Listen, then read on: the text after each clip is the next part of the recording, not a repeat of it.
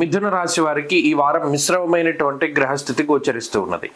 ఈ రాశ్యాత్తు రెండవ స్థానంలో ఉన్నటువంటి రాశియాధిపతి బుధుడు అనుకూలిస్తూ ఉన్నారు.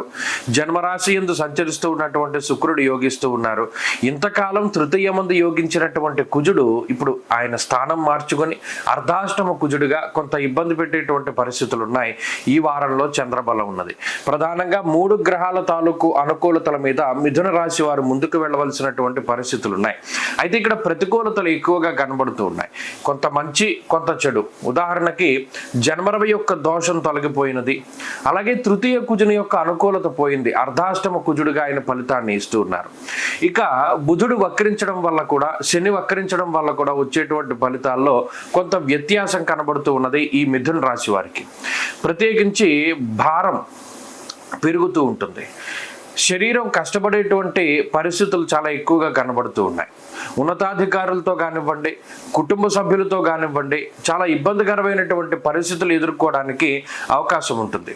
ఈ గ్రహస్థితి ఆరోగ్యపరంగా, మరీ ముఖ్యంగా 2వ స్థానమందు ఉన్నటువంటి రవిగ్రహం ఆయన ఎక్కువగా వ్యసనాలు లేదా వ్యసనపరులైనటువంటి వారితోటి స్నేహాన్ని ప్రోత్సహిస్తూ ఉంటారు.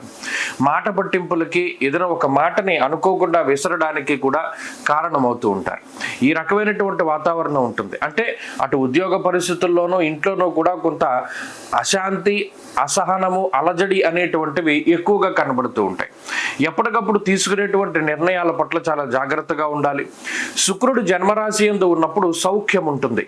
అంటే కష్టపడవలసినటువంటి దానిలో కొంత భారం తగ్గించడానికే శుక్రుడు ఎక్కువగా ప్రయత్నం చేసినప్పటికీ ఇటు మిగతా గ్రహస్థితులు కొంత ఎక్కువగా వ్యతిరేకంగా పనిచేయడం వల్ల ఈ జీవితంలో ఒకరోజు చేయవలసిన పని 2-3 రోజులు చేయవలసినటువంటి పరిస్థితులు ఉంటాయి. అలాగే ఉద్యోగపరంగా, వ్యాపార పరంగా కొన్ని మార్పు చేర్పులు కనబడుతూ ఉన్నాయి.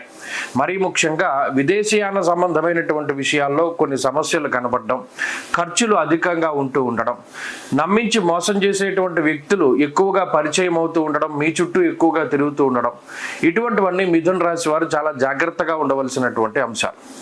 అలాగే ఈ వారంలో ప్రత్యేకించి ఎవరికైనా డబ్బు అప్పుగా ఇచ్చేటప్పుడు కానీ, లేదా ఎవరి వద్ద నుండి అయినా సరే కొంత డబ్బు అప్పుగా తీసుకునేటప్పుడు కానీ చాలా జాగ్రత్తలు తీసుకుంటూ ఉండాలి. మరి ముఖ్యంగా బ్యాంకు లావాదేవీలు కానీ, ప్రభుత్వ సంబంధమైనటువంటి విషయాలు కానీ, ఇవన్నీ కూడా కొంత ఆలస్యమయ్యేటువంటి పరిస్థితులు ఎక్కువగా గోచరిస్తూ ఉన్నాయి.